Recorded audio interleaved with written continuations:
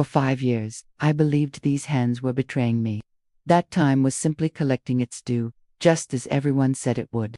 The answer to the pain that stole the joy of holding my grandchildren wasn't in a doctor's office or a bottle of pills.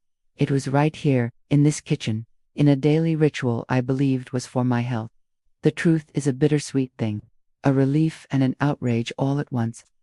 This isn't a story about a mysterious illness. This is the story of how I learned, at 65 years old, to listen to the one voice that truly mattered, the one I'd spent a lifetime learning to ignore. My own every day began in the same way, a quiet ceremony in the soft morning light.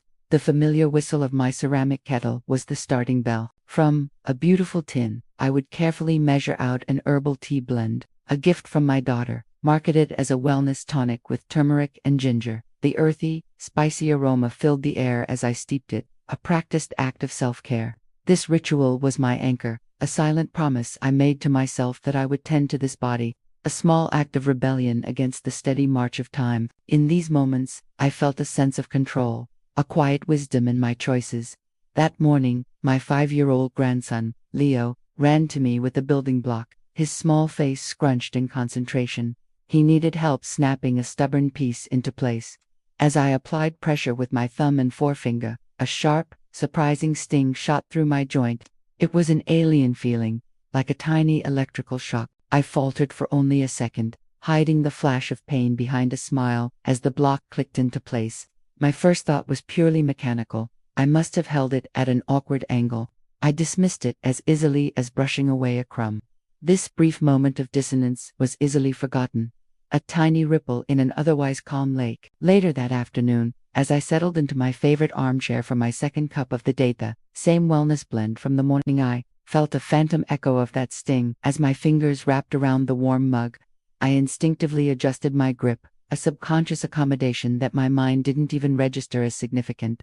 The pain had vanished as quickly as it had appeared, leaving me to wonder if I had imagined its intensity. It was nothing, I told myself, just a stray nerve complaining. Weeks later, the shadow returned, but it had changed.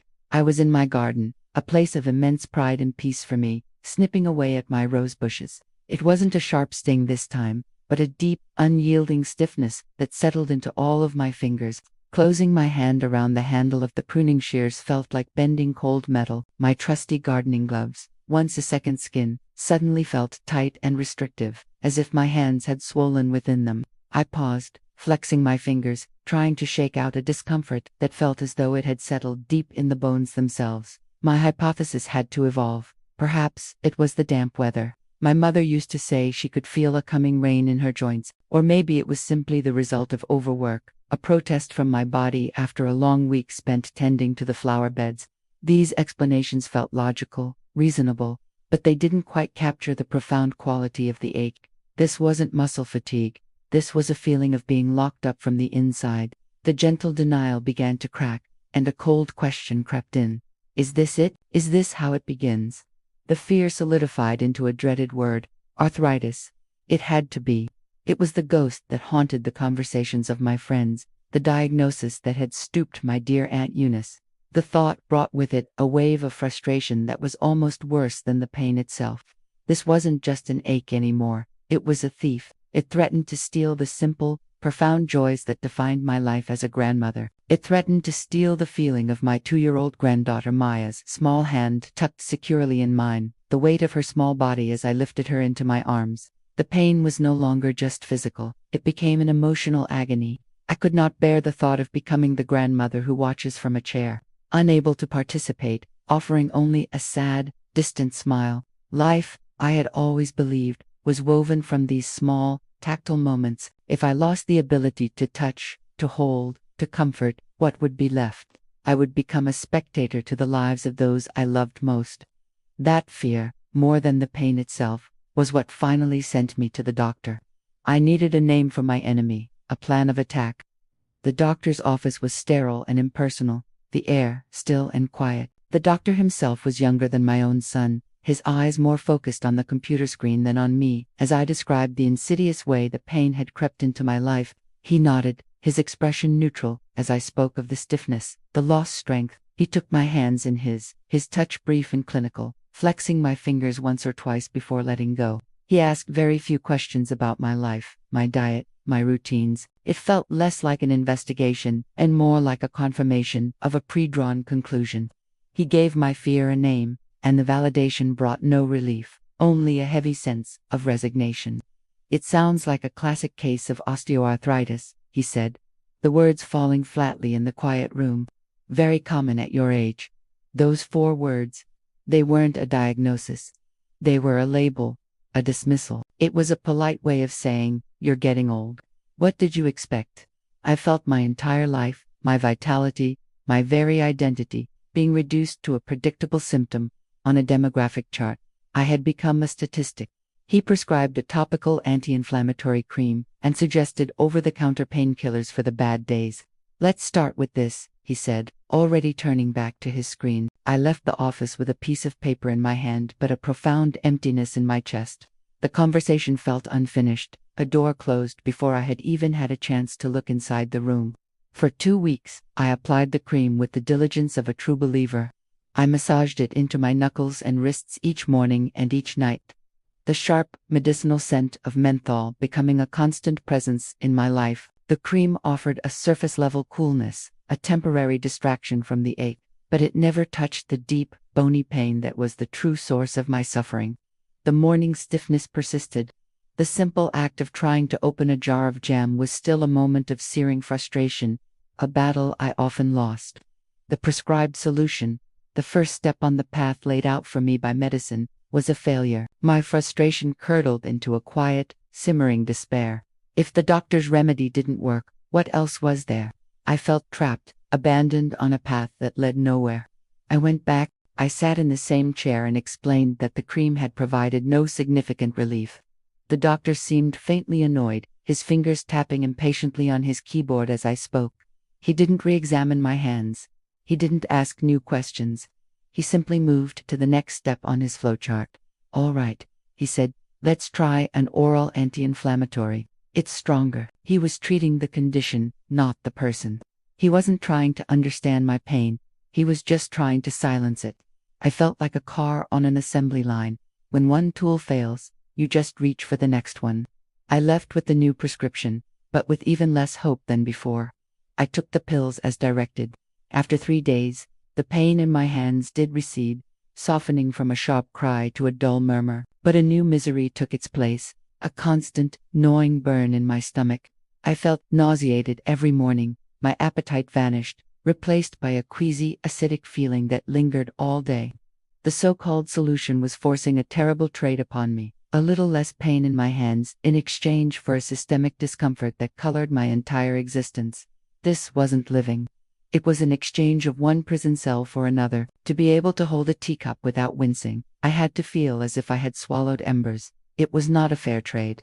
I felt foggy, disconnected from my own body in a new and disturbing way.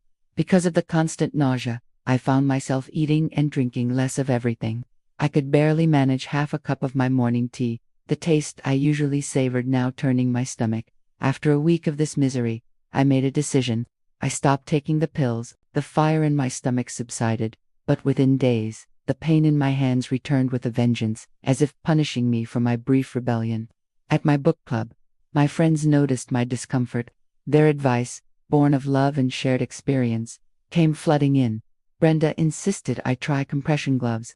Carol swore by a costly glucosamine supplement. They shared their own tales of aches and pains, of bad knees and sore backs, unwittingly normalizing my suffering and placing me firmly in their resigned aches and pains club. Every suggestion was a way to manage the problem, never to solve it. It was as if they had all accepted that life from this point forward was just a series of bandages and coping strategies. I tried their suggestions, of course. I bought the gloves, which offered a comforting pressure but made my hands clumsy and useless for any fine task. I took the supplements for a month, feeling no difference whatsoever. Their well-intentioned advice only deepened my sense of isolation. They saw my pain, but they saw it through the same dismissive lens as the doctor, a sad but inevitable consequence of a life lived long. They could not see the unique character of my suffering, the feeling I had that something was distinctly, actively wrong. After a 3-month wait, I finally saw a rheumatologist. Hope flickered within me. This was a specialist. He would look deeper. He ordered a full panel of blood tests and x-rays of my hands. This, I thought, would be it. This was the scientific, methodical approach I had been craving. The results, however, were the most devastating blow yet. Your inflammatory markers are normal, he said, looking at a chart. The x-rays show some mild wear and tear, consistent with your age. It's non-inflammatory osteoarthritis. There isn't much to be done beyond pain management. The science I had put my faith in had now officially validated my invisibility. It had given a name to my condition. Nothing. According to the tests, my body wasn't fighting anything. My pain was simply the noise of an old machine winding down. I felt utterly crazy. How could a pain so debilitating, so life-altering, be dismissed as mere wear and tear? It was the final, most painful minimization, a clinical verdict stating that my suffering was not a real problem, but simply my new, unchangeable reality. As a last resort, he referred me to physical therapy. The therapist was young, energetic, and relentlessly optimistic. She gave me a regimen of exercises to strengthen my hands. I was a diligent student, squeezing the therapeutic putty, stretching the rubber bands, and curling my fingers against resistance, desperately wanting it to work. But instead of building strength, the exercises seemed to anger my joints. Each session left my hands feeling more inflamed, more painful than before. It felt profoundly wrong, as if I were injuring something that needed rest, not exercise. I felt like a failure. I was following all the rules, doing everything I was told, and I was only getting worse. My growing distrust of the medical system was beginning to transform into a distrust of my own body as signals. My body was telling me to stop, but the experts were telling me to push through. In the end, I graduated from physical therapy with no improvement. Having exhausted the last avenue of conventional medicine, I was now truly, completely on my own. The lowest point came on a Tuesday afternoon. My granddaughter Maya toddled over to me, a colorful picture book in her hands. She climbed into my lap, her familiar weight a comfort, and tried to place the book into my hands so I could read to her. I tried to take it, to curl my fingers around the smooth, cardboard cover, but my hands were clumsy claws. A deep, searing pain shot through my wrists, and the book slipped, tumbling to the floor. She looked at me, her little face not with pity, but with simple, heartbreaking confusion. "Grandma?" she asked, her voice small. In that moment, I was not a grandmother. I was a failure. That look on her face shattered something deep inside me. I had failed at the most fundamental, most important job I had. I hated my hands. I hated my body. I hated the silent, creeping thief that was stealing these precious moments from me. I sat there, with the book on the floor between us, and for the first time, I wept in front of her. Not quiet, dignified tears, but the wrenching sobs of complete and utter defeat. I had finally surrendered. That night, unable to sleep, I went to the computer. I typed "hand pain that isn't arthritis" into the search bar, and the screen flooded with a terrifying tsunami of information. I fell down a rabbit hole of forums, articles, and blogs, each one presenting a new and horrifying possibility. For a few frantic hours, I convinced myself I had lupus, then fibromyalgia, then Lyme disease.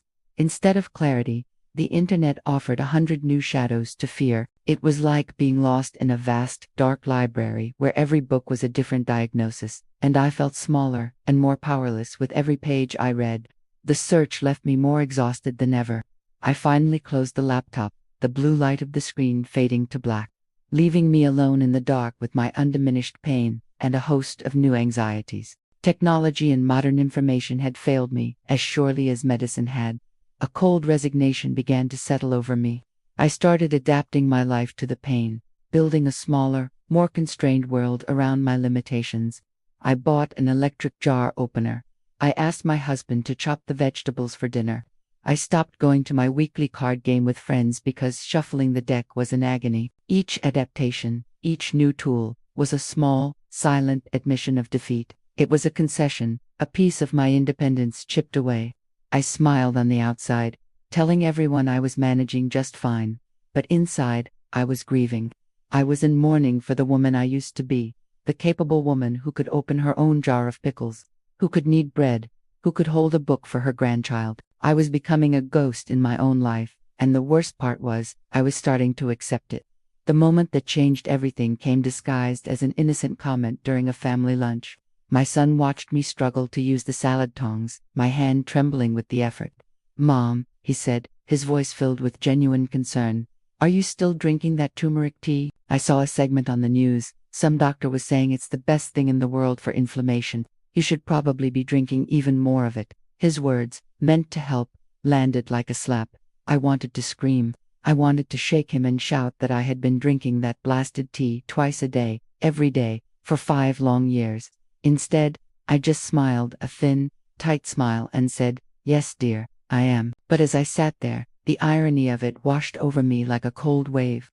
The one thing that everyone, doctor's friends, my son, even myself, had viewed as part of the solution. What if it was the problem?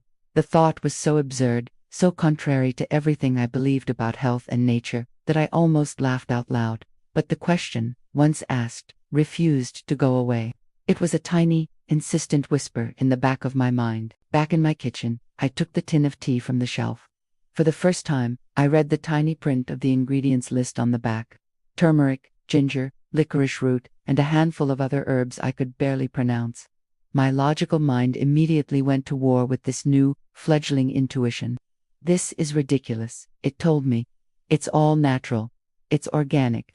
It's healthy." I was just a desperate woman, grasping at straws, concocting conspiracy theories in my own pantry. It was far easier to believe that my body was simply broken than to believe that something I had chosen so carefully for my own good was actively harming me. And yet, I put the tin back in the cupboard with a little less reverence. Then, my sister called. There was a family emergency a few towns over. She needed my help for a week. I threw clothes and toiletries into a suitcase in a frantic rush. My own aches and pains, my rigid morning routine, were all forgotten in the wave of concern for my sister. In the chaos of my departure, I left the beautiful tin of wellness tea sitting in the back of my cupboard. The first night at my sister's house, exhausted from the drive and the stress, I gratefully accepted the cup of tea she offered. It was a simple, common bag of black tea, the only kind she had. I drank it without a second thought. The first few days were a blur of activity and worry. My own body was the last thing on my mind. I drank the plain black tea in the morning, and sometimes a cup of chamomile at night. On the third morning, as I woke up in the strange bed, I stretched my hands and noticed something odd. The familiar, concrete-like stiffness that usually greeted me upon waking was less. It was still there, a shadow of its former self, but it was noticeably diminished. I dismissed it quickly, attributing the change to the distraction, the adrenaline, or maybe just a good night's sleep for once. The real turning point happened on the 5th day. The family crisis had subsided, and I was standing in my sister's sunlit kitchen, peeling potatoes for dinner. It was a simple, mindless task. And then I stopped, the peeler frozen in midair. I stared at my hands, at my fingers curled around the handle. I was doing it. I was peeling potatoes, and I was doing it without that deep, grinding pain. It wasn't a complete absence of feeling, but the sharp, prohibitive ache was gone. A profound silence fell over my mind. The world seemed to stop. What had changed? What was different here? That night, unable to sleep, I looked through an old family photo album. I came across a picture of my mother, in her later years, standing in her garden. She was frowning slightly at a large rhubarb plant. The image unlocked a memory with startling clarity. I could hear her voice in my head, complaining that her joints were acting up after she'd eaten too much of her beloved rhubarb crisp. We had all laughed, gently dismissing her concerns as just a part of old age. We had invalidated her experience, just as my doctors, my friends, and I had been invalidating my own. A sudden, fierce wave of anger and sorrow washed over me for her, and for myself. We had been taught to believe that our bodies' complaints in our later years were just noise, the inevitable static of a machine wearing out. We were never taught to listen to them as intelligent messages. I got out of bed, my mind racing. I picked up my sister's tablet and, with trembling fingers, I searched for rhubarb joint pain. The first result that appeared contained a word I had never paid much attention to before: oxalates. I read that high concentrations of oxalates, found in many supposedly healthy plants, could form tiny, sharp crystals in the joints of sensitive individuals, mimicking the pain of arthritis. I scanned a list of high oxalate foods: spinach, beets, nuts, and then I saw it. the word that made my heart stop: turmeric, the main ingredient, the star of my anti-inflammatory wellness tea. The irony was so cruel, so breathtakingly absurd, it felt like a punch to the gut. For 5 years, the remedy I had faithfully taken to fight my inflammation had been the very source of my agony. On the last day of the visit, I moved with a new sense of purpose. A fragile, terrifying hope had taken root in my heart. I was afraid to even breathe on it, terrified it would shatter. What if I was wrong? What if I went home, stopped the tea, and the pain stayed? I didn't think I could bear that kind of disappointment. It was almost safer to live with the known enemy of the pain than to embrace a hope that could be snatched away. As I said goodbye, my sister remarked, "You look so much better. The change of scenery did you good." I just smiled. I didn't share my theory. This was my secret to carry, my investigation to conduct. I had to prove it to myself first. When I arrived home, I didn't even unpack my bag. I walked straight to the kitchen, opened the cupboard, and took out the tin of tea. I placed it in the very center of my kitchen table and stared at it, as if it were a suspect in a lineup. All the voices of dismissal, the doctors, my friends, my own inner critic echoed in my head. But for the first time, my own voice, quiet but clear, was louder. I didn't need a white coat or a medical degree to get to the bottom of this. I had my body, I had my memory, and now I had a hypothesis. I retrieved a clean notebook and a pen from the drawer. At the top of the first page, I wrote, "The experiment." It was in that moment that I transformed. I was no longer a patient, passively receiving advice. I was the lead investigator of my own case. I sat down and designed my protocol with the care of a scientist. Phase 1, 2 full weeks of total abstinence, no tea, and none of the other high oxalate foods I had read about. I would log my pain levels, stiffness, and function every single day. Phase 2, if the first was a success, I would deliberately reintroduce the tea for 1 day, and 1 day only, to confirm the cause beyond all doubt. My experiment was about to begin. The first day of my experiment began with a familiar, unwelcome companion: the pain. It was still there, a dull ache that made closing my fists a conscious effort. With a steady hand, I opened my new notebook and wrote, "Day 1, pain level, 7 out of 10. Morning stiffness, significant." A whisper of doubt coiled in my stomach. What if this was all a grand delusion? What if the relief I felt at my sister's house was just a fluke? I had to force myself to be a scientist, to record the data without the contamination of fear or hope. On the third day, the first crack appeared in the wall of pain. I was making lunch and reached for a new jar of mustard, bracing myself for the familiar battle and the sharp sting that would inevitably follow. I twisted the lid with a determined grunt, and then, pop, the seal broke. I stood there, stunned, holding the open jar in my hand. There had been no shooting pain, no grimace. The sound of that small pop was the loudest, most beautiful sound I had ever heard. It was the first piece of evidence, a tiny signal fire lit in the darkness, telling me to keep going. A week into my experiment, after days of steady, undeniable improvement, the enemy counterattacked. While folding laundry, a sudden, vicious pain shot through my wrist, exactly like the old pain. It terrified me. The doubts came rushing back, a tidal wave of fear and self-recrimination. It was all a coincidence. I had imagined the improvement. The pain was still there, lurking, ready to ambush me at any moment. I almost gave up, almost went to the cupboard to make the tea, just to end the terrible anxiety of hoping, but then I stopped. I took a deep breath and forced myself to think like an investigator, not a victim. What was different about today? I meticulously reviewed my food log, and there it was. For lunch, I had eaten a salad at a cafe with a friend, a salad that contained a generous helping of raw spinach. It wasn't a random attack. It was cause and effect. My body was so sensitive that even this one deviation had triggered a response. The flare-up, which had almost broken me, became the single most powerful piece of evidence yet. It proved the connection was real. On day 10, my grandchildren came to visit. Leo ran in from the garden, his hands full of dandelions he had picked for me. "For you, Grandma," he said, holding out the clumsy bouquet. Without thinking, I reached out and took them, my fingers closing gently around the fragile stems. The gesture was effortless, natural. It was only a moment later that I realized what had happened, or rather, what hadn't happened. There was no pain, no stiffness, no hesitation. I stared at the bright yellow flowers in my hand as tears filled my eyes. He had no idea, but he had just handed me back a piece of myself. The evening of day 14 was quiet. I sat with my notebook.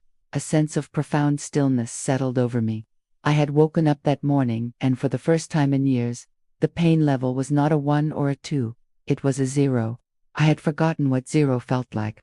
I had forgotten the simple freedom of waking up and not having pain be the first thing my mind registered. The joy was so pure, so overwhelming, it was almost painful.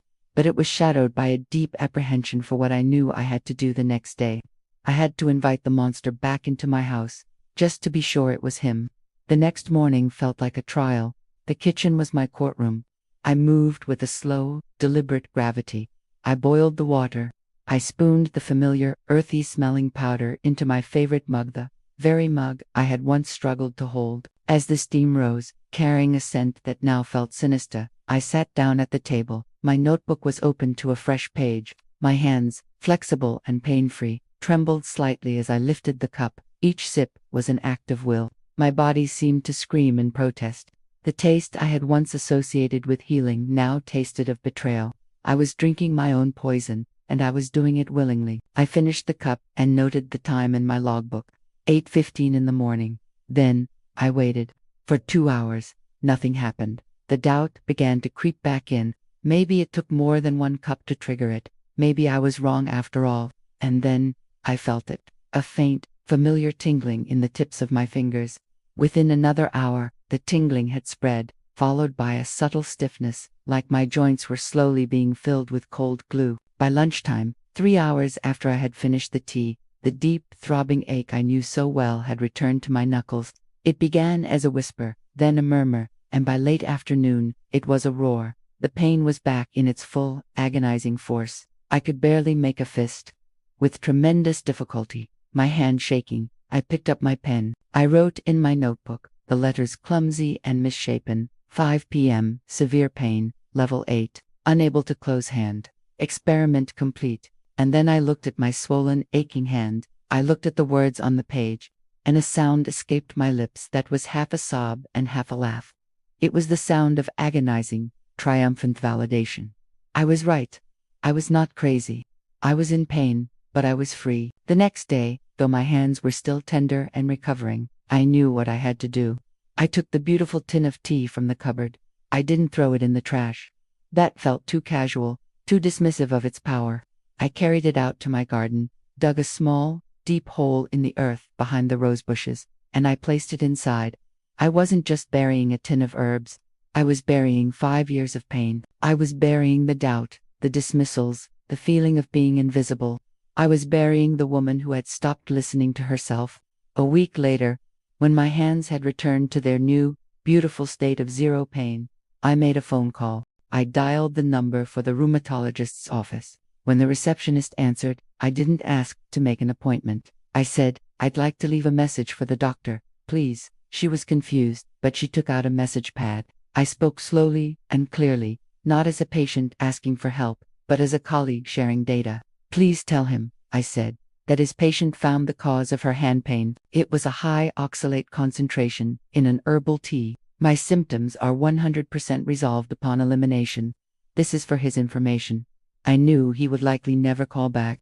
The silence from the medical system was its own kind of answer, and a final confirmation that this journey had been mine and mine alone. That evening, I gathered my family for dinner. When the meal was over, I didn't clear the table. Instead, I placed my worn notebook in the center of it.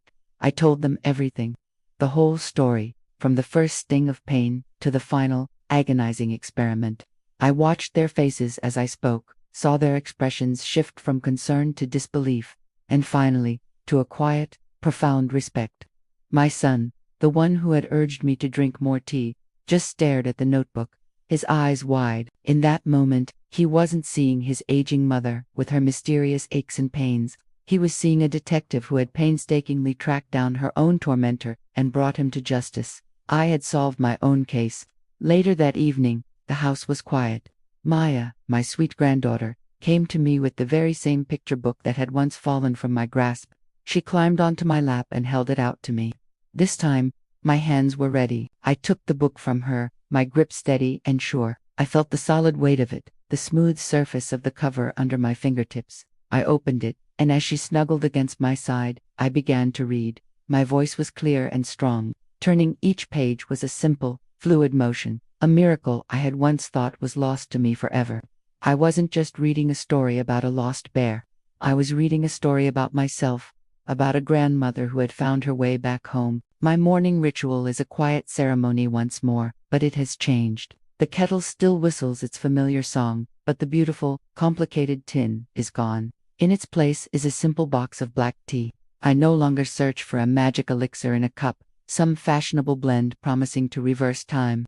This simple cup promises me nothing more than a warm, quiet moment to begin my day. I have learned that true self-care isn't about adding more, but about listening to what your body truly needs, and my body needed simplicity. I returned to my book club a different woman, when my friend Brenda asked her usual, gentle question about how my hands were feeling. The group fell quiet, expecting the familiar litany of complaint and resignation. Instead, I told them my story. I didn't preach or lecture. I simply laid out the facts of my investigation, my notebook on the table like a piece of evidence. I saw the look in their eyes shift from pity to something else, a spark of awe. I never knew, one of them said quietly, that we were allowed to question things like that. My garden has become my sanctuary again. I can feel the solid weight of the trowel in my palm, the satisfying snip of the pruning shears, all without that familiar, biting pain. As I kneel in the soft earth, I realize the lesson my garden had been trying to teach me all along. Not everything that grows is meant to be there. Some things, no matter how natural, can choke the life out of the plants you want to thrive. My body is a garden, and I have finally learned how to tend it, how to gently remove the weeds so that the roses can bloom. The true measure of my recovery, however, was not in a garden or a teacup. It was on the living room floor, surrounded by colorful wooden blocks. Leo and I were building a magnificent, wobbly tower, and when it inevitably came crashing down, we didn't sigh in frustration. We fell back, laughing, the sound of our shared joy filling the room. Each block I placed was a small act of reconstruction. I was not just building a tower. I was rebuilding his trust in my ability to play, and my own trust in my body's strength. The joy was in the building, not the perfect, finished product. Flipping through the pages of my experiment notebook, I now see it not as a logbook of pain, but as a testament to a unique kind of wisdom. I realized that I could only have solved this mystery at this specific age. A younger woman would have trusted the doctors implicitly. A woman in her middle years would have been too busy, too distracted to notice the subtle patterns, but I had the benefit of a lifetime of observation. I had the memory of my mother's rhubarb, the patience to conduct a 2-week experiment, and the quiet intuition honed by 65 years of living. My age was not the problem. It was the key that unlocked the entire mystery. For so long, I had been searching for an expert to give me an answer, looking in every direction except the one that mattered, inward. My body was never my betrayer. It was my most faithful correspondent, sending me messages I was taught to ignore.